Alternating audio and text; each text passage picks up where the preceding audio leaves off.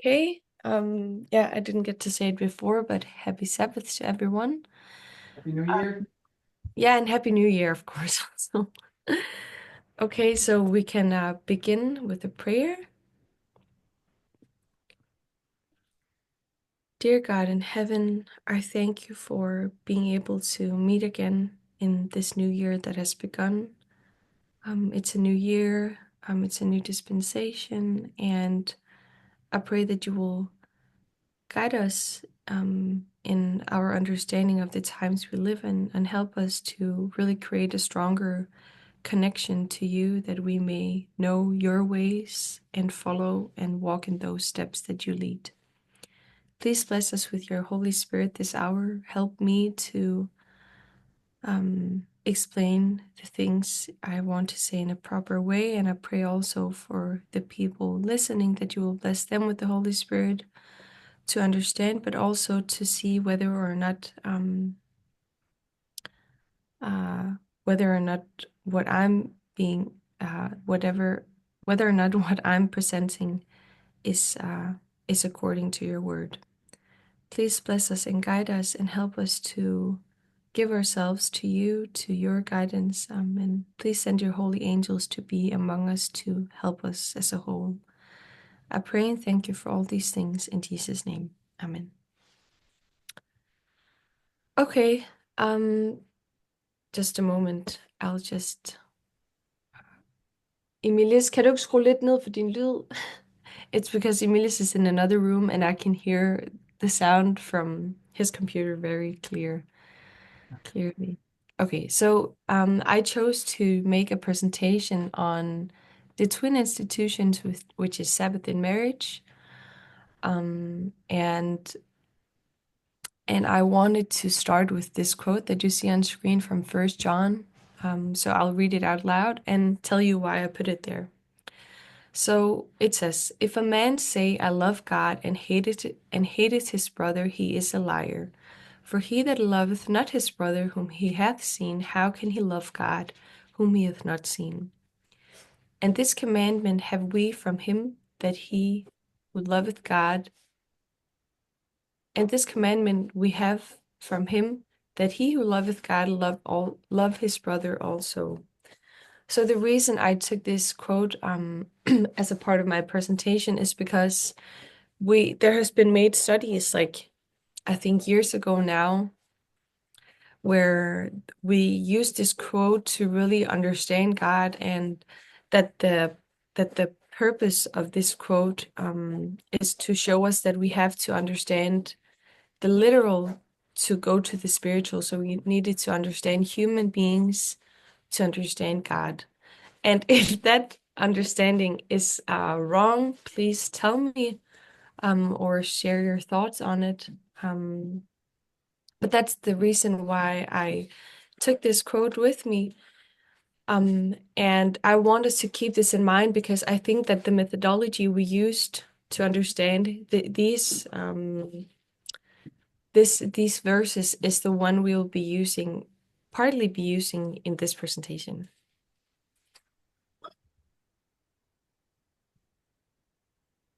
Okay, so what is the purpose of the Sabbath? So we'll go into some quotes, and that's why I've shared my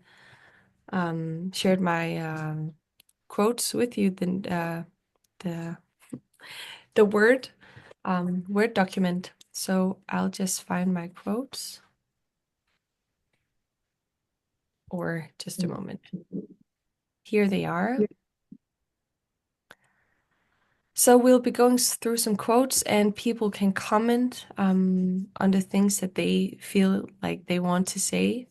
But I'll just read it and I'll come with my thoughts, and then we'll go back to the slide where I will show you like whatever we have gathered from all these quotes. It will be kind of in the slideshow. So the first quote is from Desire of Ages, and we'll read the part that is in yellow on my screen, pink in yours. So it says, no other institution which was committed to the Jews tended so fully to distinguish them from the surrounding nations as did the Sabbath. God designed that its observance should designate them as his worshippers. It was to be a token of their separation from idolatry and their connection with true God. But in order to keep the Sabbath holy, men must be holy themselves. So what we see from this quote is really seeing and understanding that the Sabbath is not just some regular day, but it's something that really sets God's people apart from everyone else in the world. It shows that God's people is God's people. And as it says, it's a token of our separation from idolatry and our connection with our God. Yes. So that's what I wanted to take from that quote. Obviously, it also says, but to keep the Sabbath holy, men must also be holy. And I think we will get into that part of the quote a bit later to really understand what does it mean to be holy and therefore keep the Sabbath holy. Then we have another quote from Desire of Ages. It says, the Jewish leaders accomplished the will of Satan by surrounding God's rest day with burdensome requirements. In the days of Christ, the Sabbath had become so perverted that its observance reflected the character of selfish and arbitrary men rather than the character of the loving Heavenly Father. The rabbis virtually represented God as giving laws which it was impossible for men to obey. They led the people to look upon God as a tyrant and to think that the observance of the Sabbath as he required it made men hard-hearted and cruel. It was the work of Christ to clear away these misconceptions. Although the rabbis followed him with merciless hostility, he did not even appear to conform to their requirements, but went straight forward, keeping the Sabbath according to the law of God. So before I'll not explain this quote because it's in connection with the quotes right after. I was thinking, would people like it if someone else was also reading at the same time instead of just me? Because we can do it that way instead if people want to. I think that's fine. Then you can save your voice. Okay, so someone else want to read or? Yeah, shall I read this one? Yes, please. If it was right for David to satisfy his hunger by eating of the bread that he had been set apart to a holy use, then it was right for the disciples to supply their needs by plucking the grain upon the sacred hours of the Sabbath. Again, the priests in the temple performed greater labor on the Sabbath than upon other days. The same labor in secular business would be sinful, but the work of the priests was in the service of God. They were performing those rites that pointed to the redeeming power of Christ, and their labor was in harmony with the object of the Sabbath. But now Christ himself had come. The disciples, in doing the work of Christ, were engaged in God's service, and that which was necessary for the accomplishment of this work, it was right to do on the Sabbath day. If you could also read the next one in yellow. Yes? Christ would teach his disciples and his enemies that the service of God is first of all. The object of God's work in this world is the redemption of men. Therefore, that which was necessary to be done on the Sabbath in the accomplishment of this work is in accord with the Sabbath law. Jesus then crowned his argument by declaring himself as the Lord of the Sabbath. Thank you. I'll just I'll put us on screen because it's hard for me to uh oh yeah, it's easier for me if I can see you. Okay, so what we read in these quotes was that was that obviously up here it talks about how the rabbis and the Pharisees had a completely wrong understanding of what the Sabbath is. And it was in relation to them calling out the disciples for plucking grain and grinding it in their hands. And they were like, no, it's work. You can't do that on Sabbath, blah, blah, blah. But here Christ really says that it's not about, it's not that you can't work. It's more about what kind of work can you do on Sabbath. I think we saw that at the international camp meeting as well. There were people who worked in the kitchen 24/7, but there was a really good reason for them to work because they did it to be able to have this camp meeting so everyone else could watch presentations. Um, and So what these quotes are saying that the purpose of the Sabbath is really not to not just work, but it's to do the work that supports the work of God. So yeah, that's what I wanted to add to these quotes to explain them. If someone else would read or I can read again, then we'll kind of shift between people. Then I'll come back to Wouter again.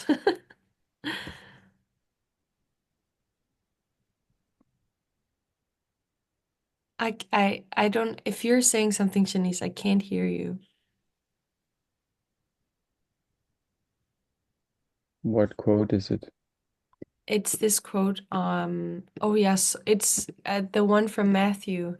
Sorry, I haven't numbered the quotes I can for read it. now. Okay, you can read them. Oh, Okay. yeah. And behold, there was a man which had his hand withered. And they asked him, saying, Is it lawful to heal on the Sabbath days? That they might accuse him. And he said unto them, What man shall there be among you that shall have one sheep, and if it fall into a pit on the Sabbath day, will he not lay hold on it and lift it out? How much then is a man better than a sheep? Wherefore it is lawful to do well on the Sabbath days. Thank you. Um, if you could read the quote, I think it connects with these verses. Sorry, I didn't hear you. If you could read the quote Mhm. right under Mhm. from the Star of Ages. Again, Christ reiterated the truth that the sacrifices were in themselves of no value. They were a means and not an end. Their object was to direct men to the Savior and thus to bring them into harmony with God. It is the service of love that God values. When this is lacking, the mere round of ceremony is an offense to Him. So with the Sabbath, it was designed to bring men into communion with God. But when the mind was absorbed with wearisome rites, the object of the Sabbath was thwarted. Its mere outward observance was a mockery. Thank you. Okay, so first off, we read these quotes from Matthew where it really says, in connection with kind of if you take this part what do you call it, the quote from Ellen White where it says, it is the service of love that God values. And she says this in connection with the Sabbath. When we read these quotes from Matthew, we would see that what Christ is talking about here is that it is the service of love that he is talking about. He talks about that it's lawful to do well on Sabbath, that you should help people around you, that you should be there if there's people who need you. Um, so yeah, here there's the yeah, the story of the man with the withered hand, but there's also this example of a sheep. And both of them, Christ says, you should do it. Is it you should yeah, that you should do it. And I think it's interesting because I'm not sure what lawful means. I didn't look it up. I didn't get the time to do that. But that I think when it's lawful, I think it's like not mandatory, but I don't think it's only good to do well, but it's kind of necessary to do well on Sabbath, that you should do well on Sabbath. So yeah, it's also in my understanding, as the purpose of the Sabbath is also there to serve the people around you, do these service of to do this service of love. Um, just a moment, I'll just yeah, okay. Then I'll read again. Rather than violate their traditions, the Pharisees and the rabbis, they would leave a man to suffer while they would relieve a brute because of the loss of the owner if it were neglected. Thus greater care was shown for a dumb animal than for man, who is made in the image of God. This illustrates the working of all false religions. They originate in man's desire to exalt himself above God, but they result in degrading man below the brute. Every religion that wars against the sovereignty of God defrauds man of the glory which was his at the creation, and which is to be restored to him in Christ. Every false religion teaches its adherents to be careless of human needs, sufferings, and rights. The gospel places a high value upon humanity as the purchase of the blood of Christ, and it teaches a tender regard for the wants and woes of man. The Lord says, I will make a man more precious than fine gold, even a man than the golden wedge of Ophir. So this quote is still from the 𝗂𝗏, still talks about Sabbath and how people were angry with Christ, how he kept the Sabbath, how he violated the Sabbath in their mind. And what I want for us to take for this quote is that, first off, they care. The point is not that they care more about animals, and they don't care more about animals. They care more about their own needs, than they care about the animals, and thereby they degrade the value of human beings. And this part where it says where it talks about false religions. When I read this quote and I read about false religions, it's kind of the opposite of what the Sabbath is, because we know Sabbath is the true religion, and that what it says here, false religion defrauds man of the glory which was his at creation. True religion doesn't do that. And true religion is not careless of human needs, suffering, and rights. And therefore, Sabbath is not careless of human needs, suffering, and rights. Yeah, so again, it's the service of love that's in focus. It's about caring for one another. And that's what the rabbis, they didn't. They cared about traditions, that they had these rigid ideas of what the Sabbath was.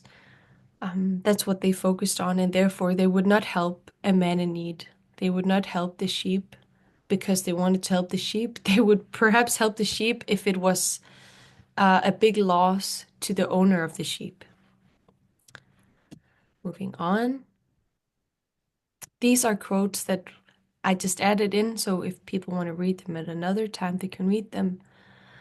But I didn't find them relevant enough to add, so they're just here. Okay, if someone else would read from Patriarchs and Prophets. Can you hear me now? Yes. Yeah. You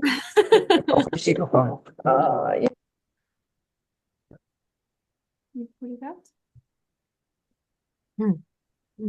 Okay. Deze. Nee, je moet over deze microfoon. Ja. Je kan gewoon lezen en dan gaat hij over deze microfoon. After resting upon the seventh day, God sanctified it, or set it apart as a day of rest for men.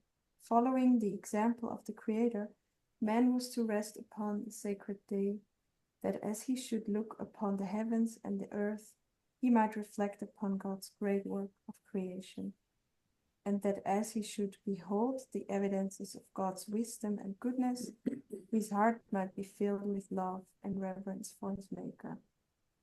If you want to, you can also read the two other quotes from Patriarch and Prophets. In Eden, God set up... Yes, thank you. Its observance was to be an act of grateful acknowledgement on the part of all who should dwell upon the earth, that God was their creator and their rightful sovereign, that they were the work of his hands and the subjects of his authority. Thus the institution was wholly commemorative and given to all mankind. There was nothing in it shadowy or of restricted application to any people. God saw that a Sabbath was essential for man, even in paradise.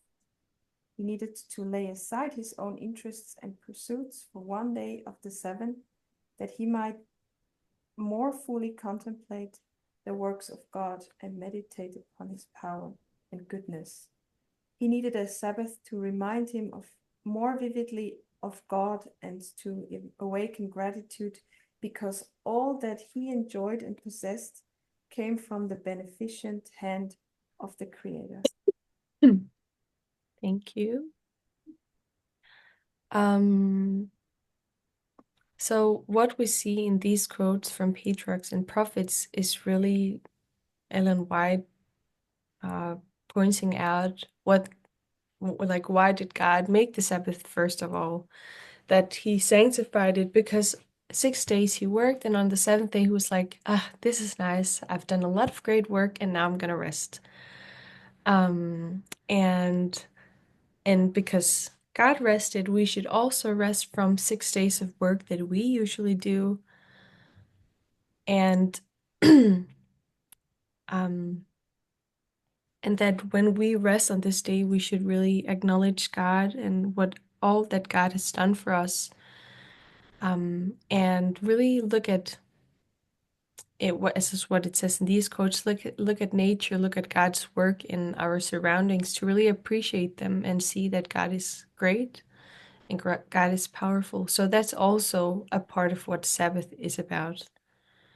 And as it says here, thus the institution was wholly commemorative and given to all mankind. So it's really about remembrance and appreciation, about being grateful for all that we have. As it says here, he needed a Sabbath to remind him more vividly of God and to awaken gratitude, because all that he enjoyed and possessed came from the beneficent hand of the Creator.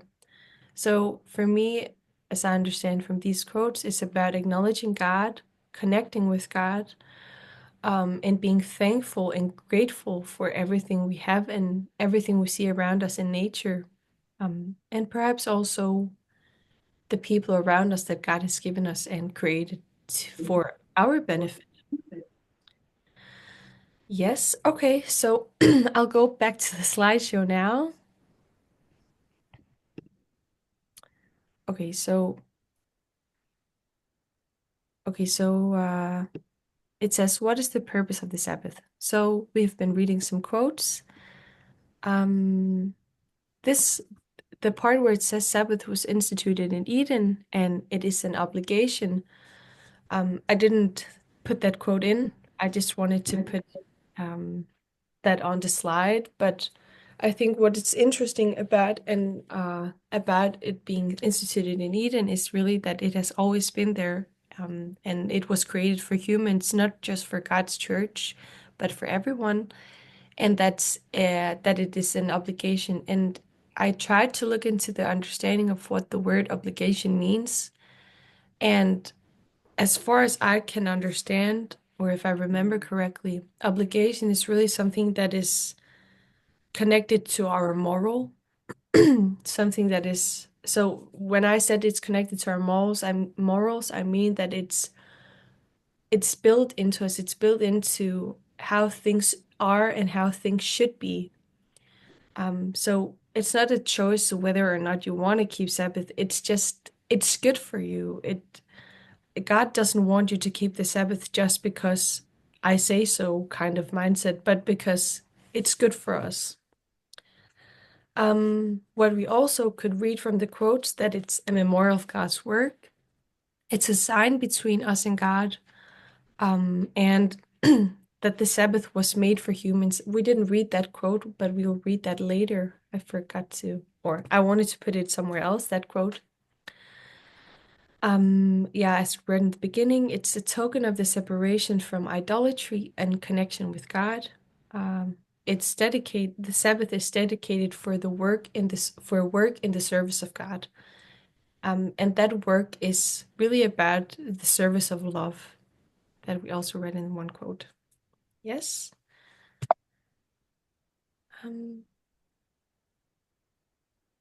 here it says, what is the purpose of marriage? So I'll go back to my, can I?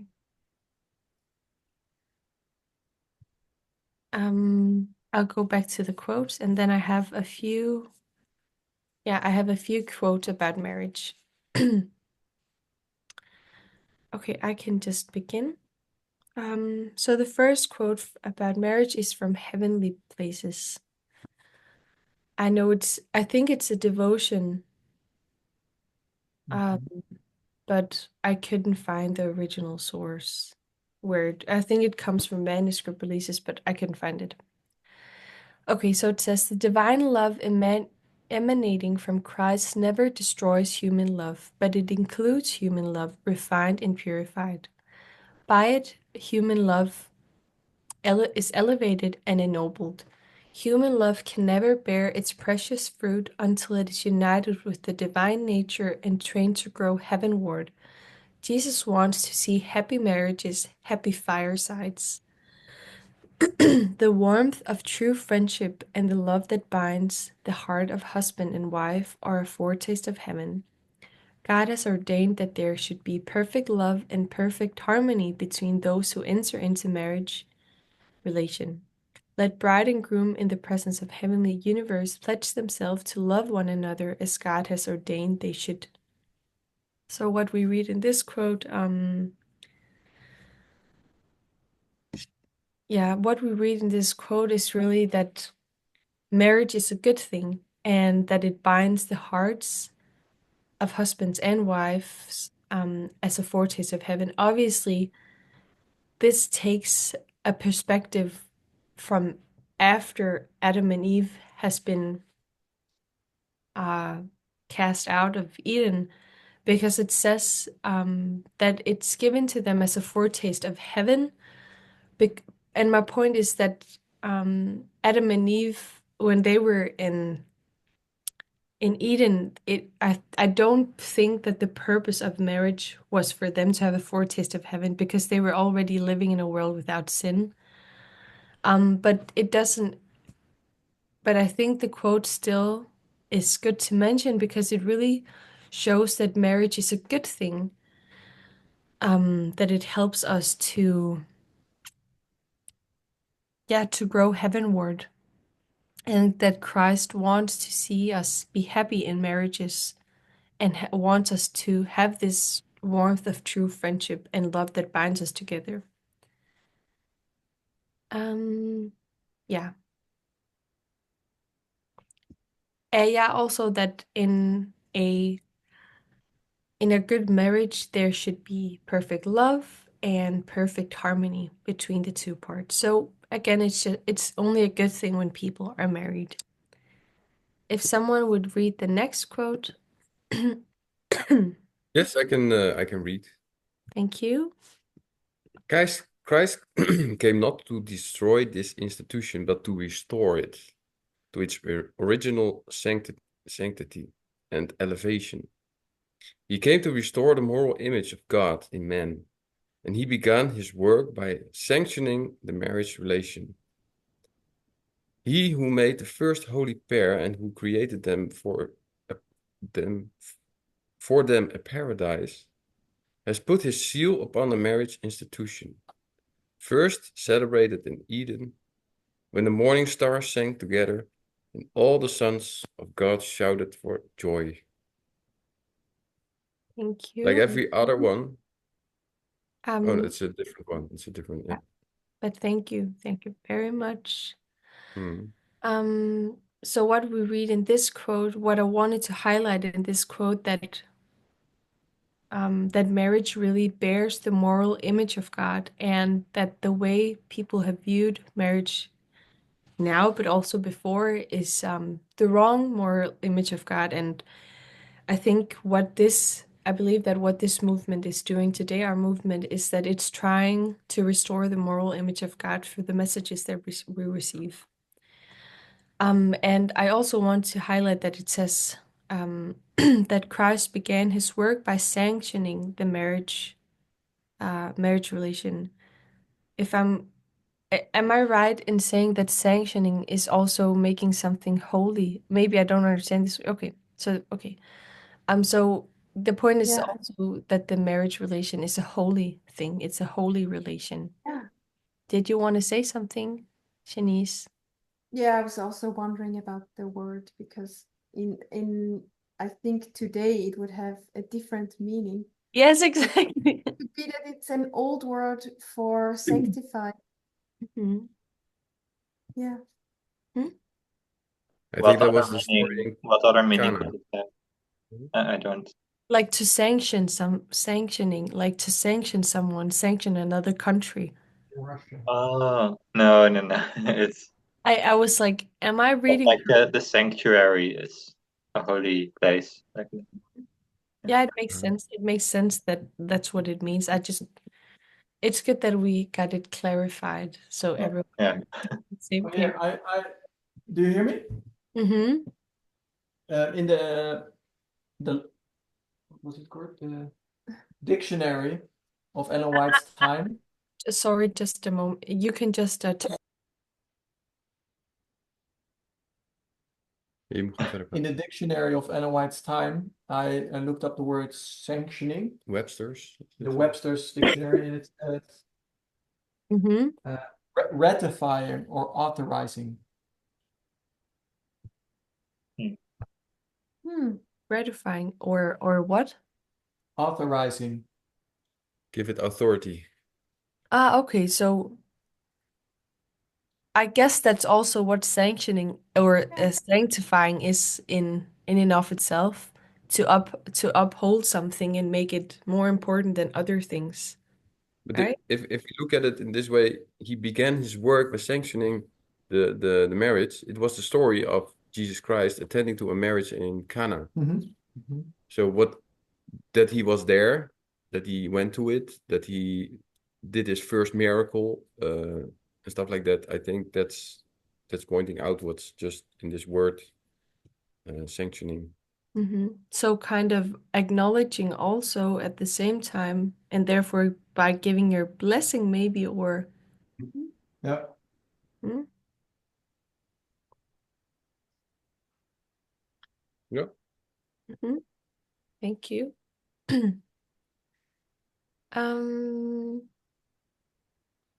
Yeah, and here I just underlined that it also says that Christ put his seal upon the marriage institution.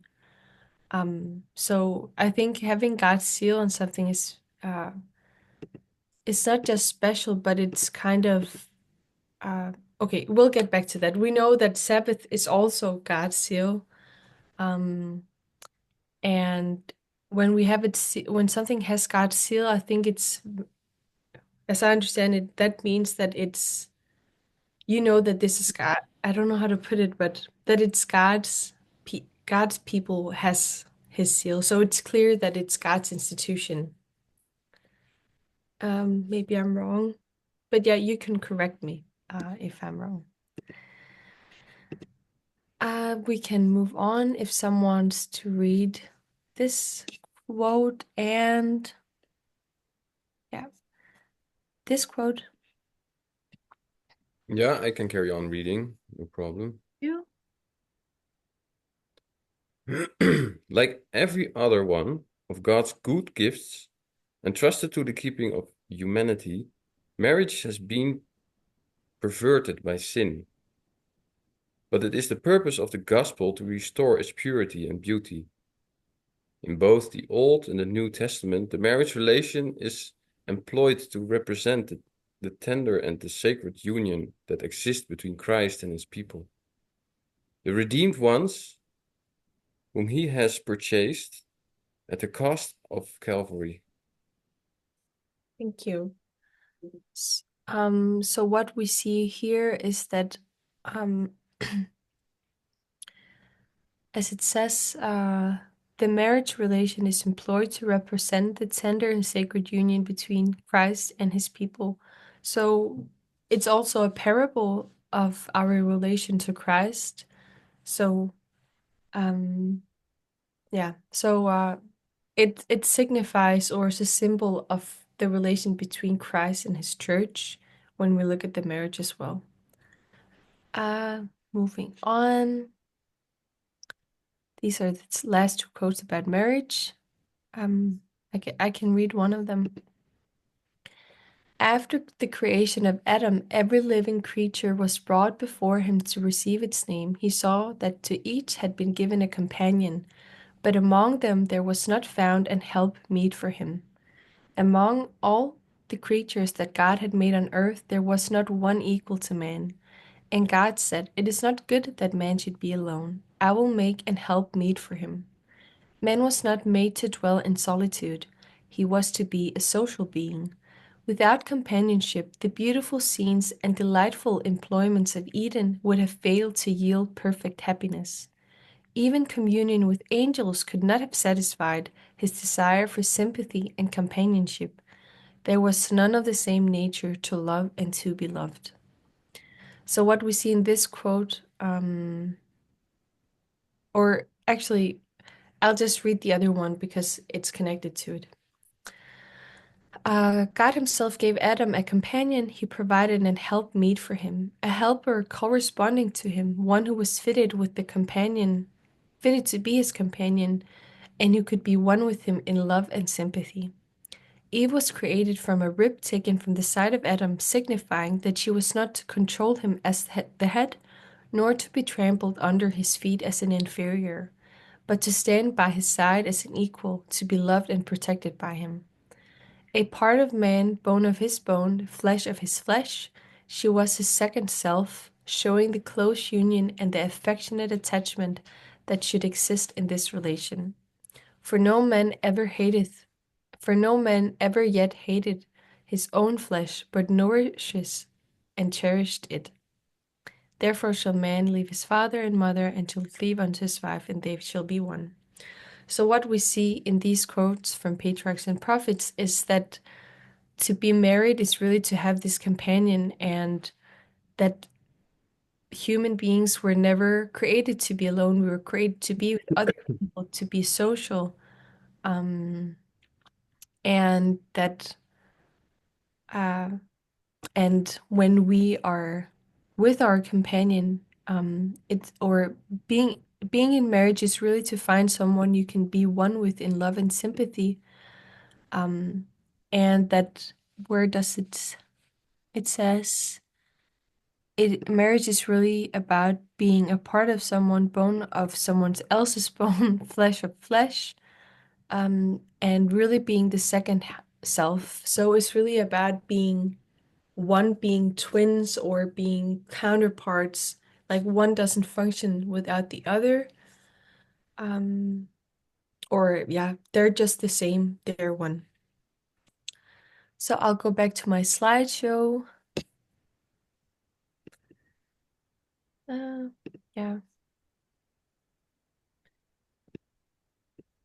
Oh. Okay. So what is the purpose of the marriage? So first off, it's a sacred institution.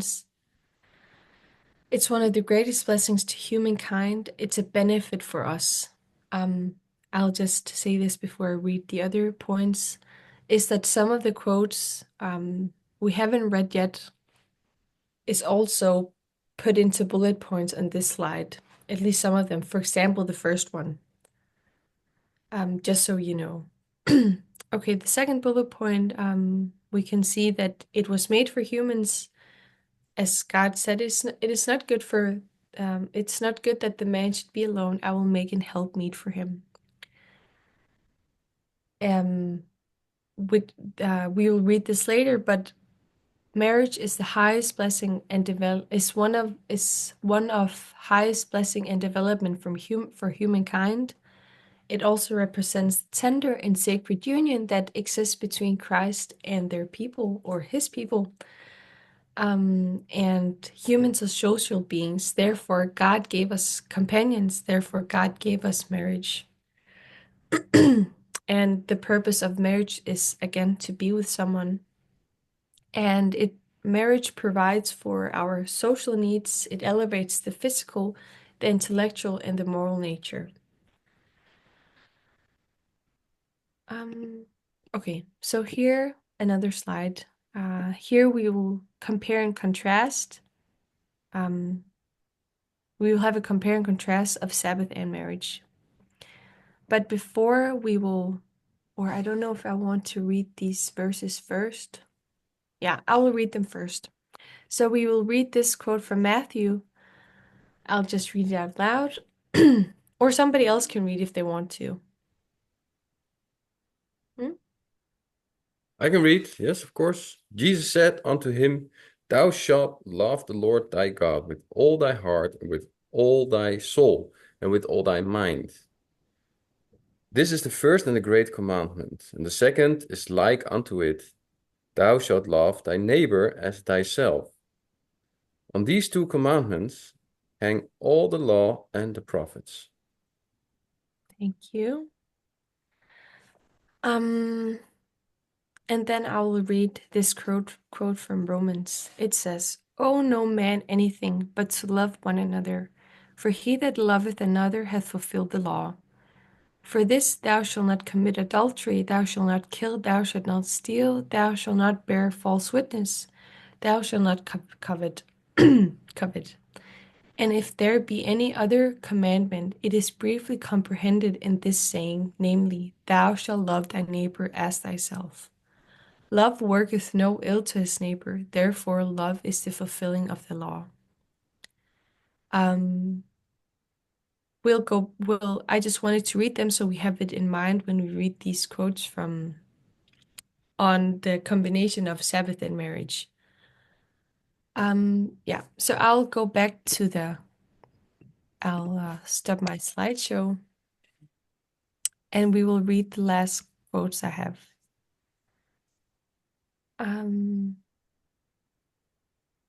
Okay, I can read the first one.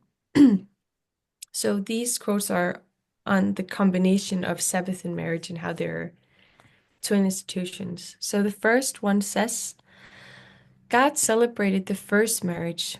Thus the institution has for its originator the creator of the universe. Marriage is honorable. It is one of the first gifts of God to man, and it is one of the two institutions that, after the fall, Adam brought with him beyond the gates of paradise. When the divine principles are recognized and obeyed in this relation, marriage is a blessing. It guards the purity and happiness of the race. It provides for man's social needs. It elevates the physical, the intellectual, and the moral nature. So, as you can see, the last part of this quote, that's what I had put in the slideshow. But what I also wanted to highlight from this quote is that it is one of the two institutions that after the fall, Adam brought with him beyond the gates of paradise. And we would know from other quotes, which we would also read, is that the other institution being talked about here is the Sabbath. Yeah, so they originate from the same place. They were there from the very beginning. They were there when God created the earth. That's what we wanted to take from this quote. Yeah, maybe someone wants to read this or I can read it. Of course we can read.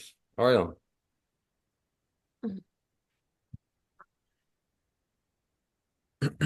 There were two institutions founded in Eden that were not lost in the fall, the Sabbath and the marriage relation. These were carried by man beyond the gates of paradise. He who loves and observes the Sabbath and maintains the purity of the marriage institution thereby proves himself the friend of man and the friend of God. He who by precept and example lessens the obligation of these sacred institutions is the enemy of both God and man or human, and is using the influence and his God-given talent to bring in a state of confusion and moral corruption. Thank you. So I really, really like this quote. For me, it's just to compare and contrast. It really talks about if you keep Sabbath, if you keep Sabbath properly, you cannot, or how do you want to say it? To keep Sabbath, you need to keep marriage. You need to keep the Sabbath holy, you need to keep this marriage holy. And to keep the marriage holy, you need to keep the Sabbath holy. Because it says here, he who loves and observes the Sabbath and maintains the purity of the marriage, thereby proves himself the friend of man and the friend of God. So it says, like, you cannot do one thing and not the other thing. And it says exactly the same thing in the next sentence, where it says, if you break any of these institutions, make any of them unholy, you're both the enemy of God and man. Like, they're together, they're twins. You cannot separate them. Yes, so that's what I wanted to take from that quote. We will come back to these quotes. Yeah,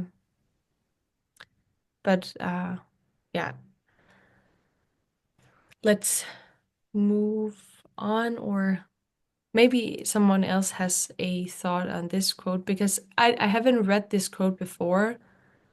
But I think it really... Yeah, I have a question. Hmm? How do you keep the marriage holy if you're not married? I guess I think when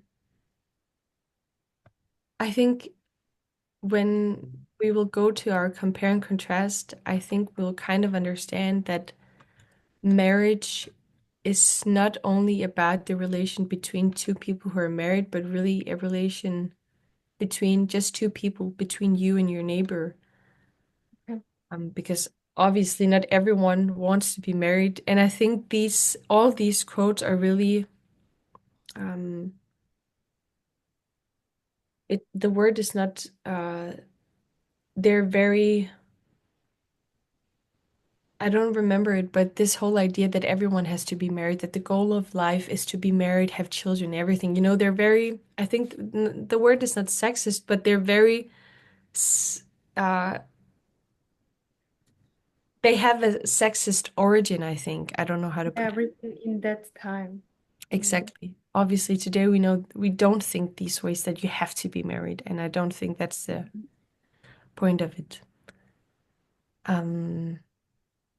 So you could also, in my mind, it could have said, he who loves and observes the Sabbath and maintains the purity of the relation, or maintains the purity of how we treat other people, of equality, kind of proves himself a man, a friend, and a friend of God.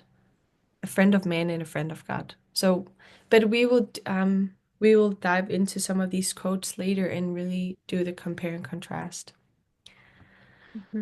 So here we have the last quote. Somebody wants to read? I can read.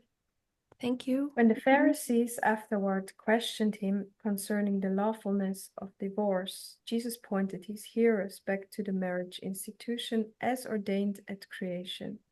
Because of the hardness of your hearts, he said, Moses suffered you to put away your wives, but from the beginning it was not so. Matthew 19:8. He referred them to the blessed days of Eden, when God pronounced all things very good. Then marriage and the Sabbath had their origin, twin institutions for the glory of God and in the benefit of humanity.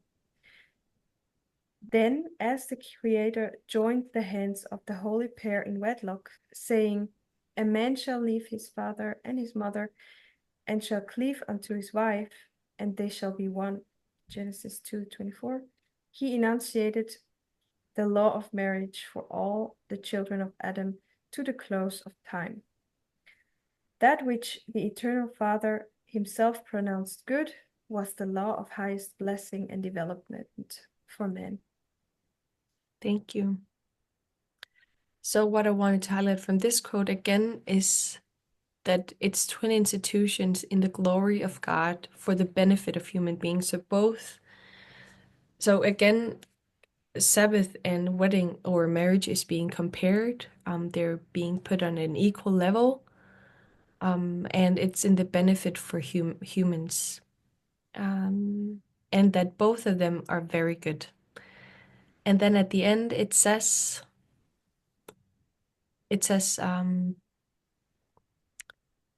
obviously this quote talks primarily about marriage because it's in relation to the Pharisees asking Jesus about divorce. And then it says, he enunciated that the law of marriage of all children of Adam to the close of time. And it says that the law of marriage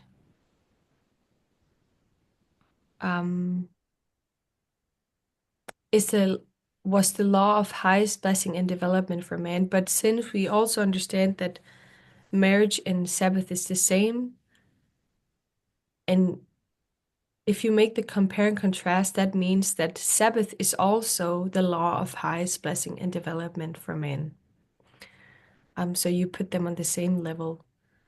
You compare them because they are the same.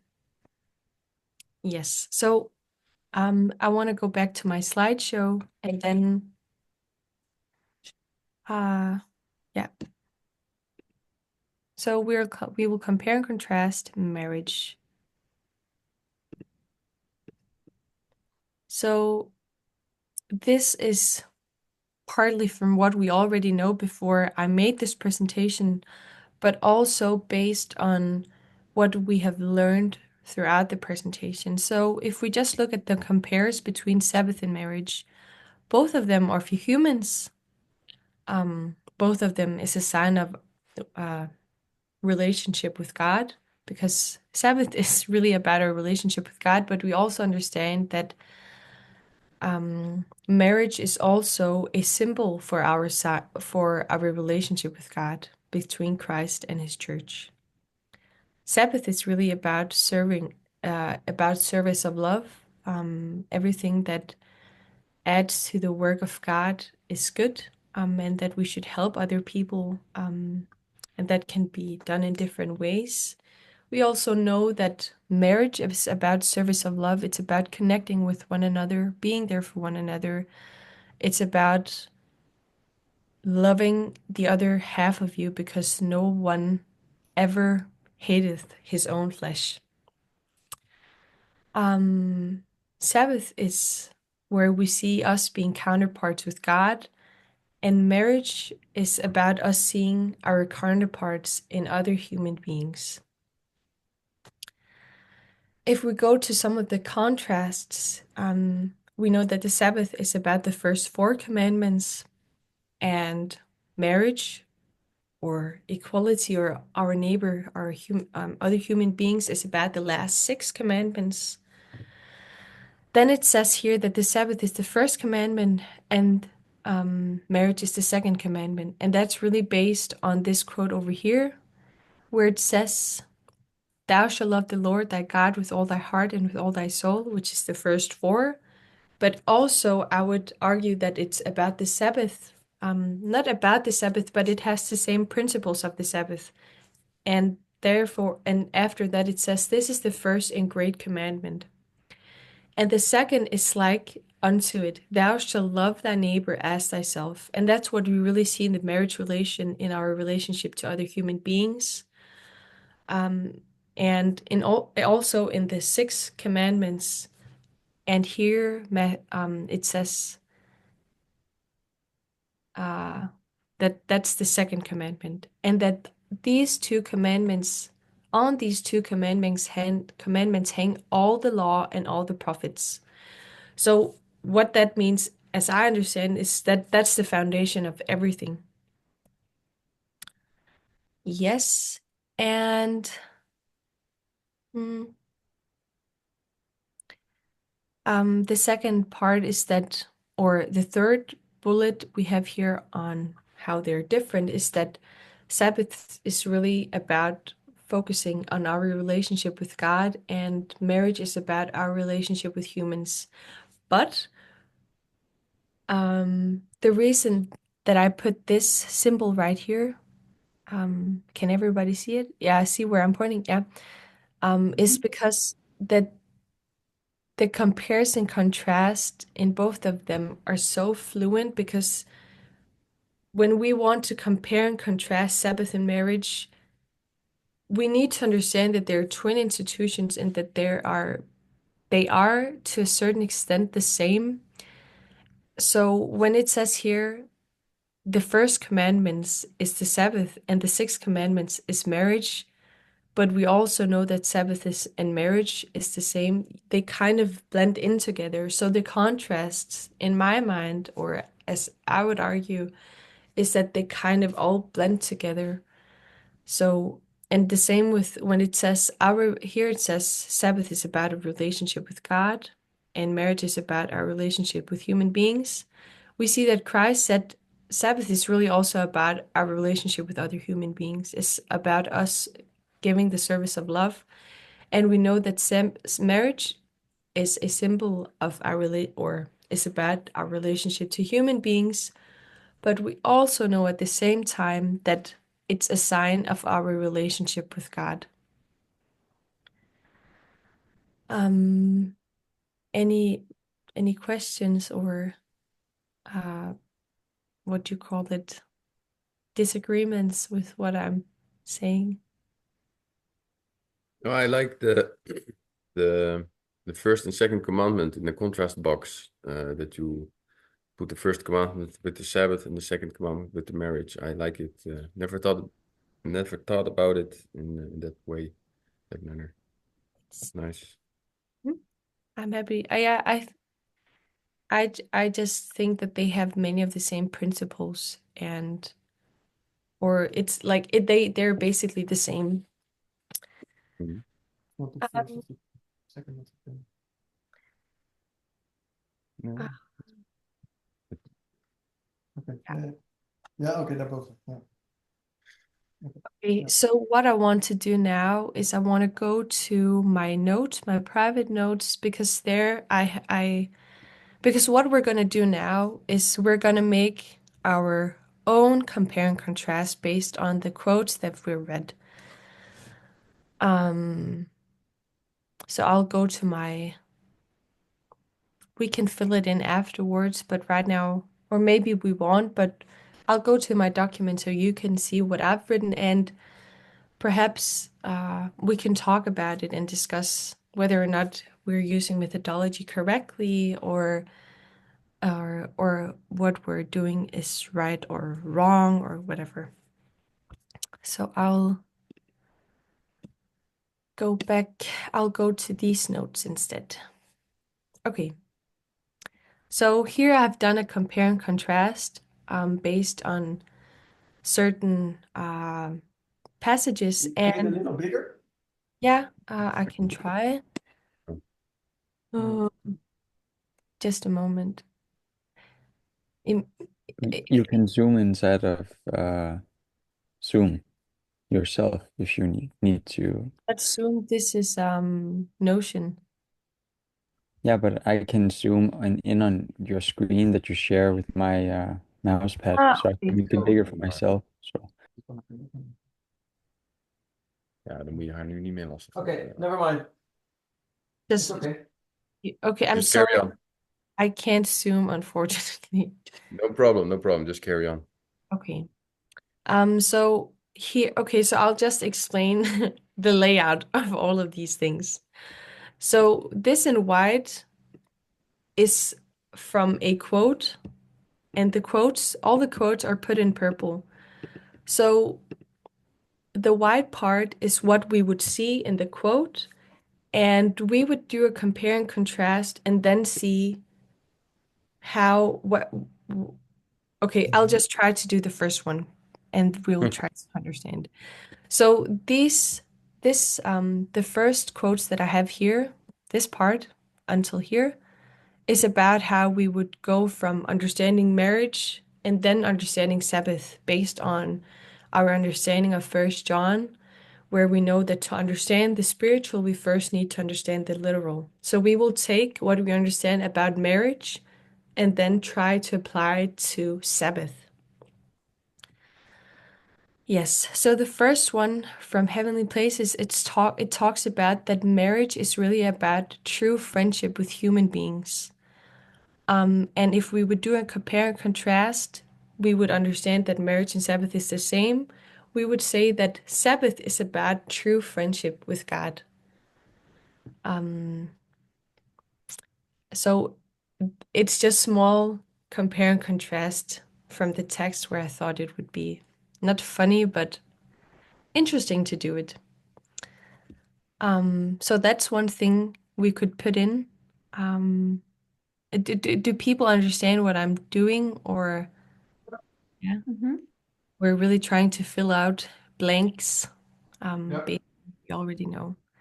So marriage, we have perfect love in marriage with humans. Therefore, Sabbath must mean that we have perfect love in marriage with God. Or you could also say, when we have perfect love in marriage with human beings, it means that we would automatically also have perfect love with God in marriage.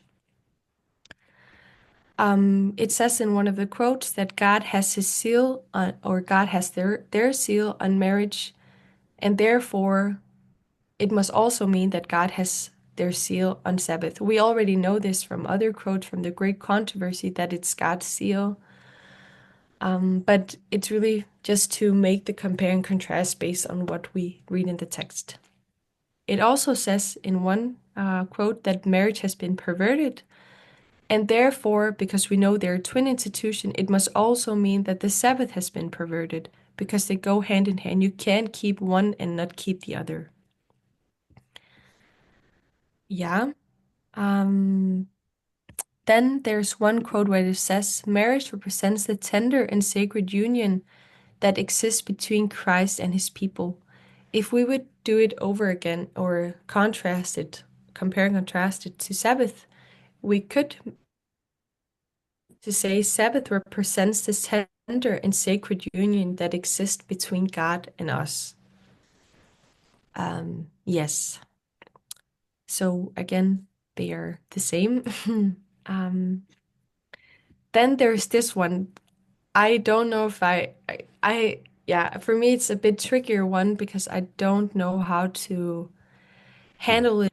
But we know that marriage is about men and women being equal, us being equal to our neighbor. Is Sabbath then about God and human being equal on some kind of level? We know, I think from many studies, we've already understood that human beings are kind of equal to God in that we're God's counterparts, but we're not equal to God, if you remember these studies.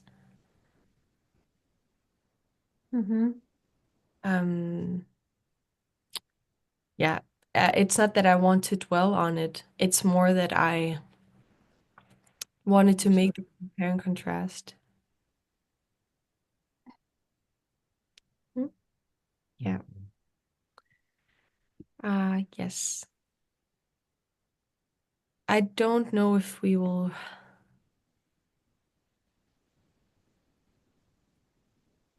I don't think we will read this one right now, maybe afterwards. So I'll just move on.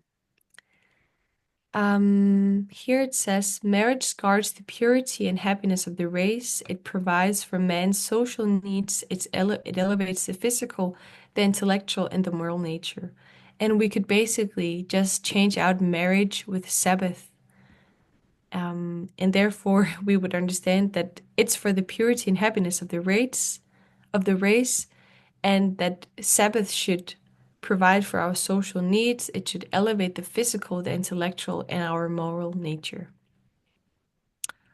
Yeah. Another compare and contrast could be that it says marriage is the law of highest blessing and development for humans, and therefore Sabbath must also be a law of highest blessing and development for human beings. So that's one compare and contrast. Okay,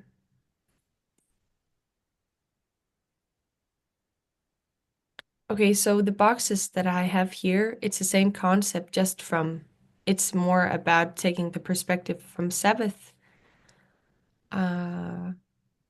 It's a bit different because you will see when I go through this. So the first thought I want to share before I go into the comparison contrast is this one. So I'll just read it out loud. Sabbath and marriage being twin institutions. If Sabbath is about our relationship to God, then Sabbath must also be about our relationship to our neighbor. Just as marriage is about our relationship to our neighbor, it's also about our relationship to God. So again, I'm really trying to put them equally to each other. It's just a thought that I wanted to share. I'm not sure if people understand my thought. Yeah, I like it a lot. Okay, so it's clear. That's good. Yes. Okay. If people have comments, you can just say it because I'm just going through whatever I have because else I'm gonna derail from the topic, I think, or be confused. So don't mind these ones. These are just, I don't know what I think about them, but I'll not read them now. So there's one of the quotes from 𝗷𝗴𝗃𝗲𝗃 where it says, the Jewish leaders accomplished the will of Satan by surrounding God's rest day with burdensome requirements. And to compare and contrast it, we would understand that the Sabbath should not be with burdensome requirements. It should not feel heavy. It should not have all these requirements that you can't do this, this, and this. Obviously, there is still like a law surrounding the Sabbath, but it's not like the Jews who thought you could only take X amounts of steps or you could not help someone in need or whatever. That's not what the Sabbath is about. Can you contrast that then marriage should also not be with burdensome requirements? In my And mind, what would that mean? yeah. What are the burdensome requirements? I think in my mind it would be this whole I think primarily for both for men and women, there are a lot of burden and requirements in a sexist relationship because men are the one to be the head of the household, to bear the economic burden of life, whereas women, they are to take care of children, they are to be pleasing to their husbands, to listen to their husbands. So that's the burdensome requirements, I would think. But the reason why I didn't make the compare and contrast to Sabbath is because I was not sure about it, because then we would go from spiritual to literal. Yeah, I instead wanted of to say literal. the same. So exactly, that's why I didn't do it. But it's good that you mentioned it because I think you can do it. I think it's still valid. I was a bit unsure about it. Mm-hmm. Yes. I'll move on to here. This word says, they led people to look upon, and they is the Pharisees. They led people to look upon God as a tyrant and to think that the Sabbath, or to think that the observance of the Sabbath as he required it, made men hard-hearted and cruel. And to compare and contrast it, I would say that instead of making men hard-hearted and cruel, the Sabbath should instead make us soft-hearted and kind. And I think that's just, I think it just adds on to everything else we have said. It's about being good, being kind, doing things for the service of God. Yes. Why are you not making the parallel with this with marriage now? Because Yeah. you said you go from literal to spiritual. I don't understand that. I understand that because you would then, because the relationships to men are given to us to understand our relationship to God better. There you go. That's From natural. marriage, you can make parallels to the Sabbath. Like by looking at marriage, it helps us to understand our relationship to God, which is the Sabbath. So one way, one direction, it works, but can we do it the other way around? Aren't we going from spiritual to natural then? That was the concern of Annabeth. And the thought I had as well. Exactly. But you do make this comparison in some other quotes. Like this one, in the days of Christ the Sabbath had become so perverted that its observance reflected the character of selfish. And Yeah, then you compare it in the days of Christ's marriage had become so perverted. exactly. And that's why I didn't add these. Oh, I didn't okay. delete them.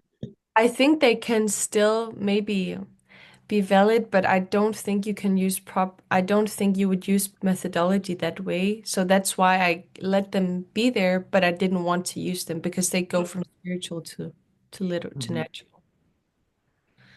Yes. The last one that I think I want to add is this one. It says, again, the priests in the temple performed greater labor on the Sabbath than upon other days. The same labor in secular businesses would be sinful, but the work of the priests was in the service of God. They were performing those rites that pointed to the redeeming power of Christ, and their labor was in harmony with the object of the Sabbath. I didn't put anything in here. I just deleted something, but that was just wrong. But I think the quote kind of says this itself.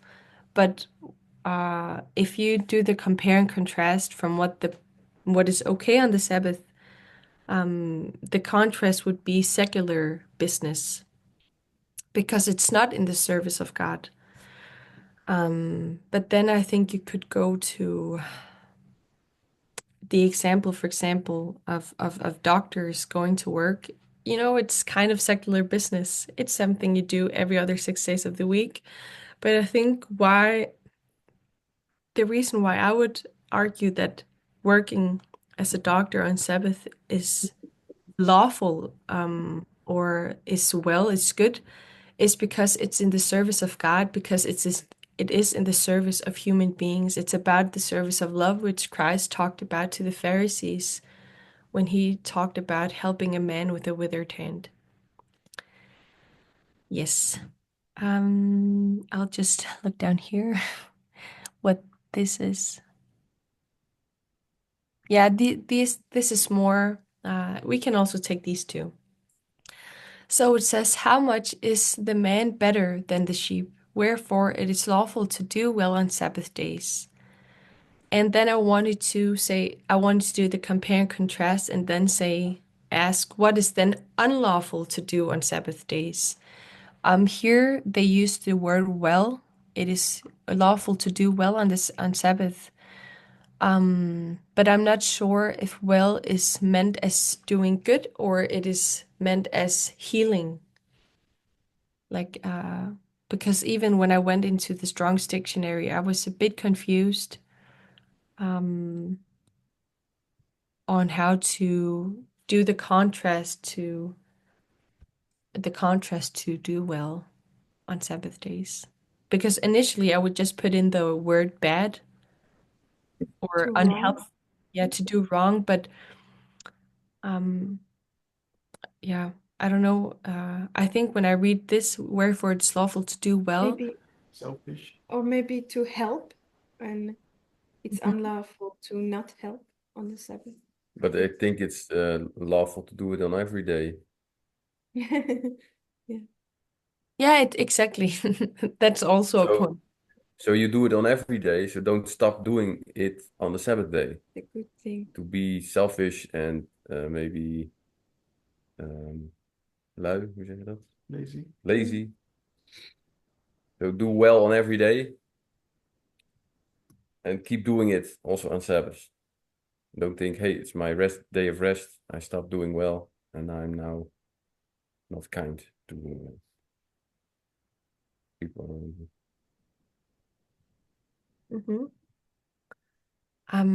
Maybe I have Strong's here.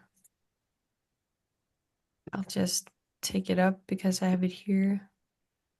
It says, usually morally, in a good place, honestly recover. But then when you go into where it comes from, yeah, I don't know if anyone else understands it, but I agree with everything else you said. I just wanted to add the Strong's the word, yeah, this one.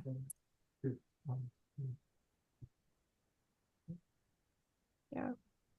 I don't know if anyone has thoughts on it otherwise. Yeah, I would say it's just a general word of doing well, not being specifically better from sickness. Okay. It's just and generally Mhm. doing well.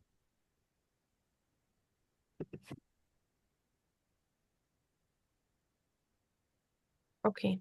Oh, that's spelled wrong. Okay. Can I ask you something? Yes. For example, you gave the example of a doctor can work on a Sabbath because they do well. Mhm.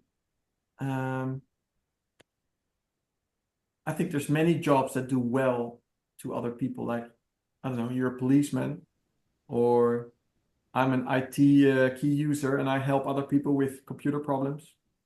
Yes. Well, I think many things are designed to do well to other people. Mhm. Does that make all those jobs or all that work okay for the Sabbath? Or No, of course No. not. No, not If you yeah. don't do your work, not people are dying.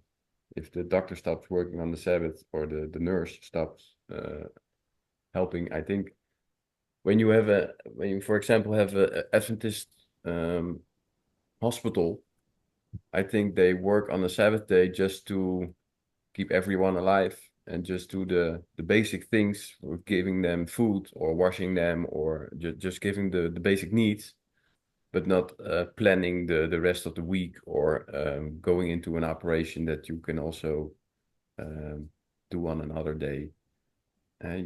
You but that's an Adventist hospital. When Yeah. you work in in a perfect way. Yeah. in a normal hospital, you just do your work. But if I or you don't do your work on the Sabbath, I think that would not such a big problem. But a doctor nowadays that works in a hospital, in a normal hospital. The policemen and the firemen, they are maybe needed Mhm. because just of the urgency. Yeah, I get it. Yeah. Yeah, but then again, when we talk about urgency, I think about the story about Christ and where he healed a withered hand on Sabbath. That hand could easily have waited till the day after. It would not have made a difference. So why did Christ anyway? So the thing about that it needs to be urgent, it's I don't think it doesn't need to be urgent from the examples that Christ gives. Even with the sheep could have waited in the pit. I No. obviously The sheep don't. dies in just a few hours. When it's on its back, it just dies. Okay, That's the thing about it. so maybe but even on Sabbath, I think about the camp meeting. You could make these arguments that there's so many people on Sabbath, it's going to be so much work to do all the food, so everyone is just going to fast for one day. So it, yeah, I don't know if you get my point. It's just that, just based on the example with Christ and the withered hand, that he really removes the whole thing about it having to be urgent because he does something that's not urgent. It's not like his hand would fall off if he didn't do it. At least that's not maybe I don't understand what the withered hand is. But it's, yeah. But that was something that was already taken. This person already had this hand for a long time. Mhm. Was not something very urgent. No. But I maybe think this was the only possibility this person could come to Jesus, and tomorrow Jesus will be in another place, and this man did not have the opportunity to come to Jesus. I don't know. I think the But yes, sorry? I think Jesus' point was to illustrate that it's fully lawful to do good, not to do Yeah. urgent good, but to do good. And this was what he also did it to consciously, uh, how do you say, provoke the Pharisees because he knew what he needed the provocation to prove a point. But I think the main point was that it's so okay to do good, not that it's okay to do urgent good.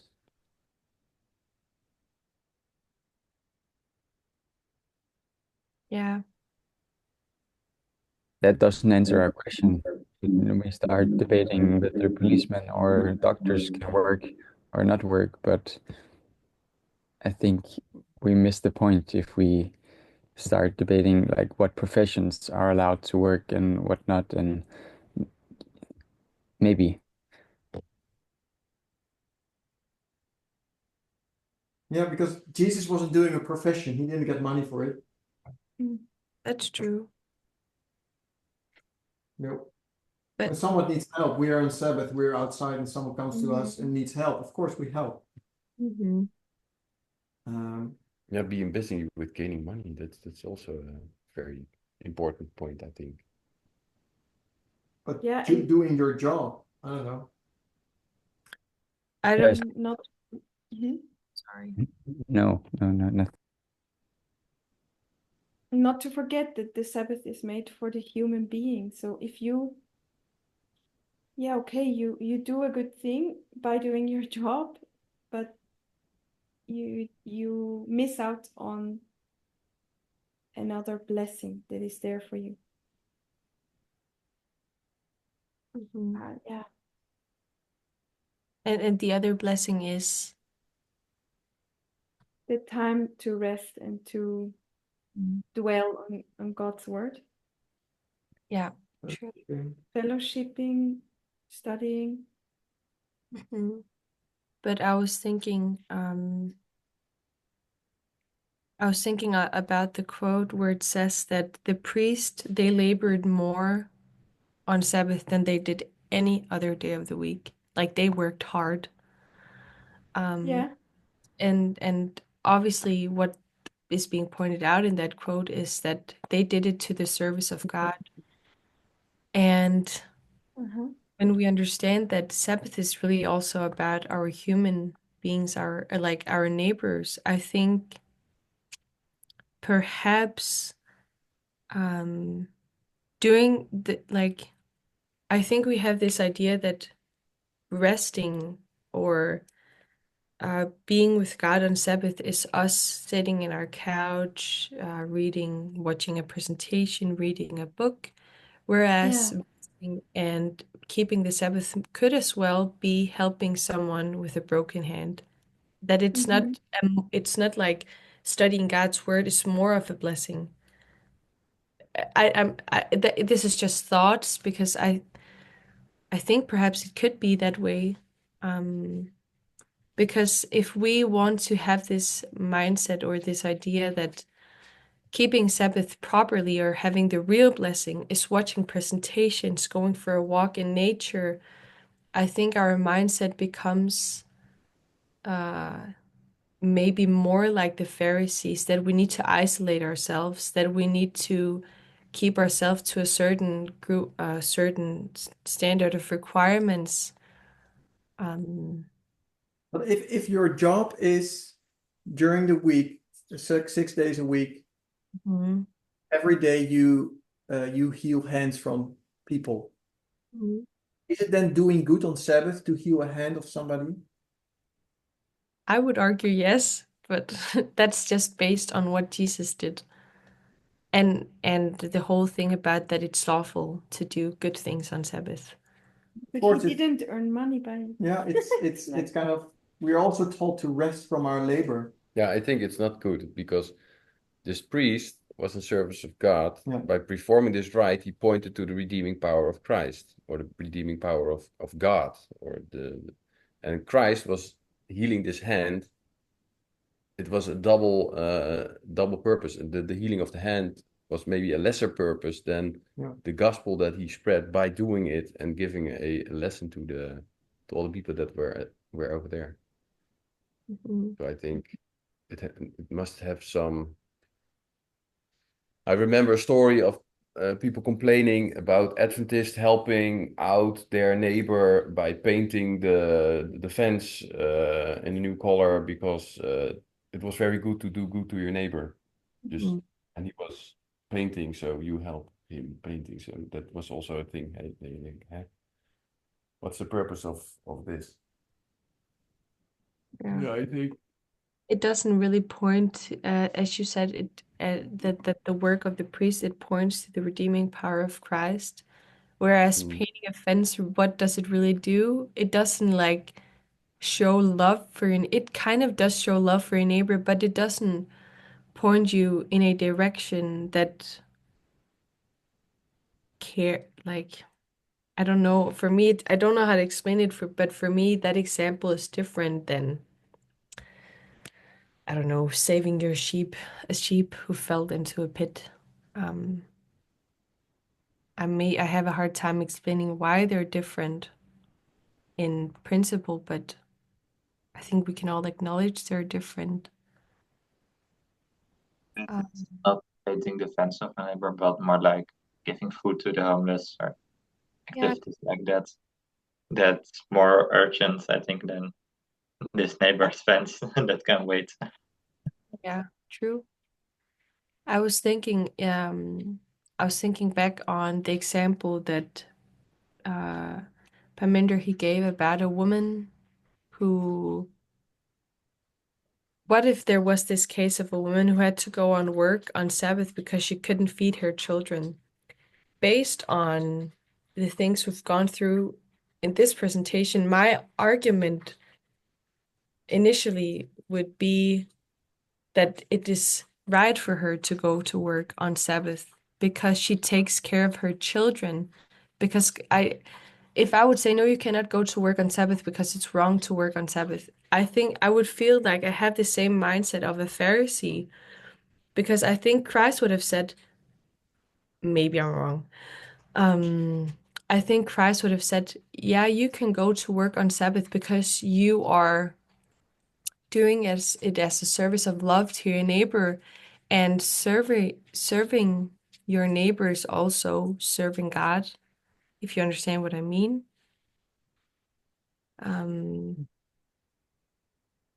Because you kind of, yeah, it's kind of the same deed as Christ, and understanding the whole thing about marriage and equality. That I think when, for example, in this quote where it says that it is lawful to do well on Sabbath, for me, anything, or let me say in a different way. When we talk about the priest's work on Sabbath, they did a lot of work on Sabbath, but it pointed to Christ, and his his redeeming power. Then maybe perhaps today, the redeeming power of Christ today is really understanding equality. And when you go to work for being able to put food on the table for your children, and there's no other option, I think somehow you are also helping the advancements of equality in some way. Or there's this example of me being with my mom on Sabbath. Let's say she cooks a huge meal for everyone. Nobody helps her in the kitchen.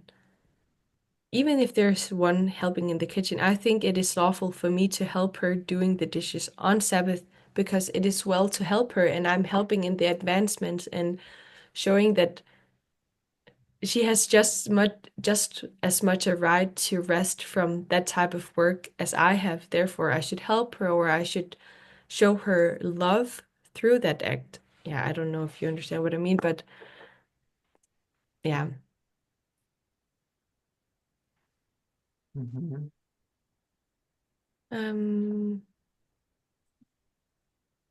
I think some things, some decisions to do or not to do on the Sabbath is sometimes very personal.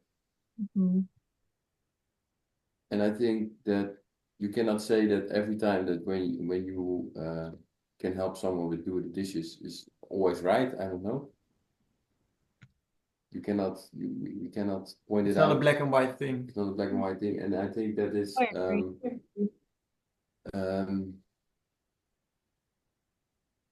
it makes more sense in the way that you explained it. For example, with your mom to help her doing the dishes. makes more sense that you are nice to her and just help out and just see the need at that moment.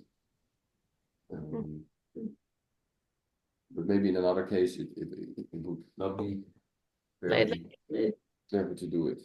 The other case, I think, just for example, that there's this, you work as a waiter and there's this huge event and you have to you have to be in the kitchen. I would strongly not agree with that being in the spirit of Sabbath.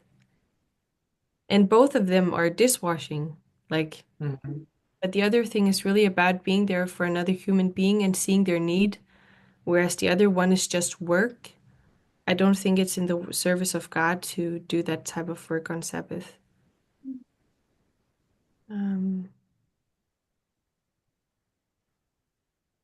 But yeah.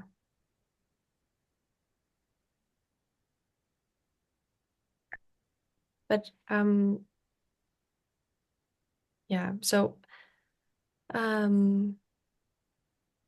think we can learn a lot from understanding marriage, not just marriage, but we can just change it to our relationship to other human beings. I think we can understand a lot more about the Sabbath if we first understand how to treat each other. And yeah, I think I would just go back to the quote from the Signs of the Times where it says that it says this part, that he who loves and observes the Sabbath and maintains its purity of the marriage institution thereby proves himself the friend of man and the friend of God. Yeah, to show, yeah, I want to go back to that just to show that like for me, when I read these quotes, all of these quotes, for me, they're just inseparable. So for me, let's say I'm a husband, or not a husband, let's say it's Emilis and I here at home. Maybe, yeah, I don't know if it works, but if I want to keep equality in my home. So I want to help Emilis do something that so he doesn't have to do it alone somehow.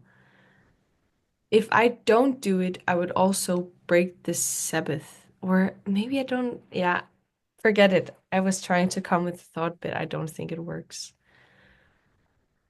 But yeah, we can, I don't know if anyone else has other thoughts, or questions. I think, yeah, I don't have anything. So we can pray? No, I don't have any. Oh, okay. Okay, then I'll just go back to our slide. We're not going to fill these in. I think there's too much we talked about to fill them in, but we have talked about it, so I think that's good enough. Okay, so we can end with a prayer. So yeah, I'll just pray now. Dear God in heaven, I thank you for this hour of study. I thank you for having given us tools to understand your word, to understand ourselves, to understand you. And I pray that you will help us to always use the tools you have given us, the methodology that you have given us in a proper way. And please forgive me if I have used it in any incorrect way, and help me to see my mistakes. I pray that this study may have helped each one of us to really think about what the Sabbath is, what marriage is, and to help us to keep these things in mind moving forward in our daily lives, in how we treat each other, in how we keep the Sabbath and keep it holy, but also keep the marriage holy. I pray that you will continue to bless your movement with light on this subject, and help us to really understand what the truth is, that we may be closer to you. Please be with us for the rest of the day. Bless us as we part, and as we go do our things, and as we connect with you on this beautiful day. Please send your angels to be with us, to send your angels to all your children on this day, that we may all feel and know that you are accompanying us. Yes, I pray all these things and thank you for this study. In Jesus' name, Amen.